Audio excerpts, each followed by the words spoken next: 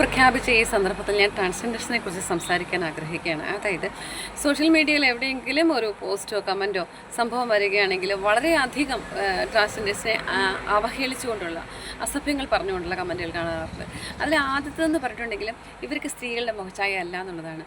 ഇപ്പോൾ നമ്മൾ ഫീമെയിൽ കോളത്തിൽ ടിക്ക് ചെയ്യുന്ന എല്ലാ സ്ത്രീകൾക്കും സ്ത്രീകളുടെ തനത് മുഖച്ഛായയാണോ? അല്ല, പുരുഷന്മാരുടെ മുഖച്ഛായുള്ള സ്ത്രീകൾ ധാരാളം ഞാൻ കണ്ടിട്ടുണ്ട്. പുരുഷന്മാരുടെ ശരീരഭാഷയുള്ള സ്ത്രീകളെയും കണ്ടിട്ടുണ്ട്.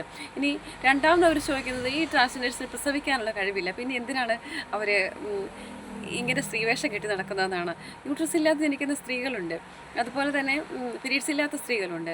ഇനി സ്ത്രീയായിട്ട് ജനിച്ചു കഴിഞ്ഞിട്ടും പ്രസവിക്കാനുള്ള കഴിവില്ലാത്ത സ്ത്രീകളുണ്ട്. പ്രസവിക്കാനുള്ള കഴിവ് ഉണ്ട് എങ്കിൽ പോലും അത് ഉപയോഗപ്പെടുത്താതെ പ്രസവിക്കാൻ മനസ്സില്ല എന്ന് പറഞ്ഞ് നടക്കുന്ന സ്ത്രീകളുണ്ട്. പിന്നെ എന്തിനാണ് നമ്മൾ ട്രാൻസ്ജെൻഡേഴ്സിനെ കുറ്റം പറയുന്നത്? ഇനി അടുത്ത പോയിന്റ്, അവർ ധാരാളമായിട്ട് പുട്ടിയിടുന്നു എന്നുള്ളതാണ്. സ്ത്രീകളാരും പൊട്ടിയിടുന്നില്ലേ? കിലോ കണക്കിന് പൊട്ടിയിടുന്ന എത്ര സ്ത്രീകളുണ്ട്. എല്ലാ സ്ത്രീകളും പൊട്ടിയിടുന്നില്ല, അത് ഞാൻ സമ്മതിക്കുന്നു. പിന്നെ എന്തുകൊണ്ടായിരിക്കും ഈ ട്രാൻസ്ജെൻഡേഴ്സിനെ ഇത്ര അവമാനിക്കുന്നത്? അവർ ചെയ്യുന്ന ജോലിയുടെ അടിസ്ഥാനത്തിലാണോ? ട്രാൻസ്ജെൻഡേഴ്സിനെ നോർമലായിട്ടുള്ള ഏതെങ്കിലും ജോലിക്കൊക്കെ പരിഗണിക്കാൻ എത്ര പേര് തയ്യാറാവും? അവർ ചെയ്യുന്നത് അധികം മെജോറിറ്റി സെക്സ് വർക്കാണ് എന്നൊരു ഭാഷയുണ്ട്. സെക്സ് വർക്ക് ഇപ്പോൾ ഗവൺമെൻറ് അപ്രൂവ്ഡ് ആയിട്ട് നിയമപരമായിട്ട് അനുവദിച്ചിട്ടുണ്ട് എന്ന് ഞാൻ പറയുന്നതിൻ്റെ അർത്ഥം സെക്സ് വർക്ക് ഞാൻ സപ്പോർട്ട് ചെയ്യുന്നു എന്നല്ല, അത് നിയമപരമായിട്ട് ഓക്കെ ആയിട്ടുണ്ട് എന്നാണ് പറഞ്ഞതിനർത്ഥം. അപ്പോൾ അങ്ങനെ ജീവിക്കാനുള്ള സൗകര്യവും അവകാശവും അവർക്കുണ്ടെന്നിരിക്കും. നമ്മൾ എന്തിനാണ് അവർക്കെതിരെ ഇത്തരം ചെളിവാരി എറിയുന്നതെന്ന് മാത്രം, നമ്മുടെ സംസ്കാരം കൂടുതൽ മോശമാക്കി കാണിക്കുന്നതെന്ന് മാത്രം മനസ്സിലാകുന്നില്ല.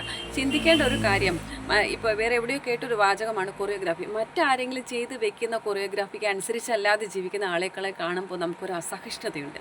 വാർപ്പ് മാതൃകളിൽ നിന്ന് മാറി നടന്ന് തൻ്റേതായിട്ടുള്ളൊരിടം കണ്ടെത്തുന്ന, അവനവൻ്റെ സ്വത്വം കണ്ടെത്തുന്ന ആളുകൾ ആ വഴിക്ക് പോകട്ടെ എന്ന് ചിന്തിക്കാനുള്ള ഹൃദയവിശാലത നമ്മൾ പലർക്കും ഇല്ല എന്നുള്ളതാണ് മനസ്സിലാവുന്നത്. വിട്ടുകളയാ, അവർ ജീവിക്കട്ടെ.